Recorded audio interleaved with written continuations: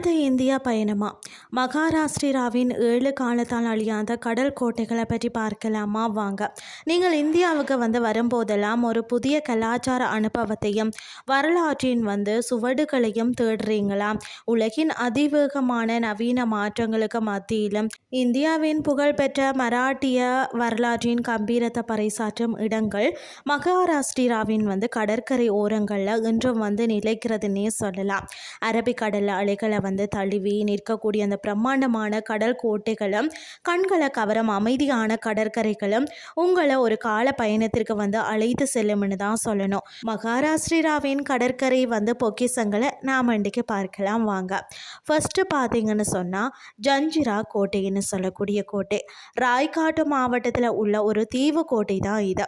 எந்த மன்னராலும் வெல்ல முடியாத கோட்டை. இது 4 புறமும் அரபிக்கடலில் சூழ்ந்துள்ளது. 16ஆம் நூற்றாண்டில் கட்டப்பட்டுள்ளது. அதாவது ஜஞ்சிராவில் உள்ள இந்த கோட்டை ஆங்கிலேயர்கள், டச்சுக்காரர்கள், போர்த்துகீயர்கள் ஆகியோர் தாக்குதல்களை தாக்கி நீடித்து நிலைத்து வருகிறது. ஆதி காலத்தில் கற்களாலும் மரத்தாலும் கட்டப்பட்டுள்ளது. இராணுவ தளவாடங்களை சேகரித்து வைக்க பயன்படுத்தப்பட்டது தான் இந்த கோட்டை. தவிர சொர்ணதுர்கா, விஜய் துர்கா மற்றது கொலப்பா கோட்டைகளும் இருக்கிறது. மகாராஷ்டிரா எல்லையாக மேற்கு அரபிக்கடல், வடமேற்கில் குஜராத், வடகிழக்கில் மத்திய பிரதேசம், தென்மேற்கு கோவா என காணப்படுகிறது. இந்த கடல் கோட்டைகள் வெளிநாட்டு பயணிகளை ஈர்த்து வருகிறது. இவற்றில் பெரும்பாலான கோட்டைகள் கடலில் கட்டப்பட்டுள்ளன. இந்த கோட்டைகள் இன்றைய திகதி வரை தனது கம்பீரத்தை இழக்காமல் இருந்து வருகிறது. எதிரிகளிடமிருந்து தங்கள் துறைமுகத்தை பாதுகாக்கும் பொருட்டு அந்த கால மன்னர்களால் கட்டப்பட்டது. மற்றது பார்த்தீங்கன்னா விஜய் துர்கா கோட்டை 300 வருடங்களுக்கு முன்பு 17ஆம் நூற்றாண்டில் மன்னர் சிவாஜி மூலம் கட்டப்பட்டது. அயல் நாட்டு எதிரிகளுக்கு சிம்ம சொப்பனமாக விளங்கி வந்தது. இந்த கோட்டை பார்த்தீங்கன்னா 17 ஏக்கர் பரப்பளவை கொண்டது. இந்த கோட்டைக்குள்ள 3 அடுக்கு பாதுகாப்பு உள்ளது. பிறகு நடந்த போரில் ஆங்கிலேயர்கள் இதனை கைப்பற்றி இந்த கோட்டைக்கு பார்த்தீங்கன்னா அகஸ்டஸ் கோட்டை என்றும் பேரிட்டாங்களா. அடுத்தது பார்த்தீங்கன்னா உந்தேரி கோட்டை மும்பை துறைமுகத்தில் அருகே அமைந்துள்ளது தான் இந்த கோட்டை. 1678ஆம் ஆண்டு கட்டப்பட்டது.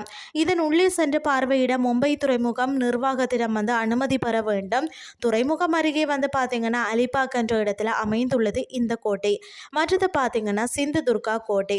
சிந்துதுர்க் என்பது பார்த்தீங்கன்னா மராத்திய மொழியில் கடலில் கட்டப்பட்ட கோட்டை என பொருளாம். அரபிக்கடலில் உள்ள இந்த ஒரு தீவில் தான் மராட்டிய மன்னன் பார்த்தீங்கன்னு சொன்னால் சத்ரபதி சிவாஜியால் 17ஆம் நூற்றாண்டில் கட்டப்பட்டது. அடுத்தது சுவர்ண துர்கா கோட்டை. இதுவும் சிவாஜி மன்னரால் கட்டப்பட்டது. 1660ஆம் ஆண்டு கட்டப்பட்டது. மராட்டியர்கள் பார்த்தீங்கன்னா தங்க கிரீடத்தில் உள்ள சிறகு என அழைக்கப்படுகிறது. இந்த கோட்டை அரபிக்கடலின் நடுவே 8 ஏக்கர் பரப்பளவில் அமைந்துள்ளது. மற்றது பார்த்தீங்கன்னா கொலப்பா கோட்டை.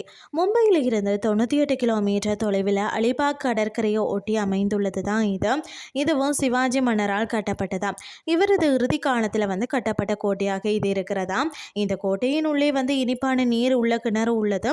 300 ஆண்டுகள் பழமையான கோட்டையாகவும் இருக்கிறது. கடல் அலை குறைந்த நாட்களில் நடந்து சென்று பார்க்கலாம். மகாராஷ்டிராவில் உள்ள இந்த கடல் கோட்டைகள் சுற்றுலா பயணிகளை ஈர்த்து வருகிறது. இவை தவிர பார்த்தீங்கன்னா மகாராஷ்டிராவில் எண்ணற்ற கடற்கரை பகுதிகளும் அழகாக அமைந்துள்ளது. இன்றைய கிறிஸ்டி உங்களுக்கு பிரயோசனமாக அமைஞ்சிருக்கும்னு சொல்லி நானும் நம்புகிறேன். இதே மாதிரி மற்றும் ஒரு கிறிஸ்டின் வேலைக்கு உங்களை சந்திக்கிறேன். நன்றி.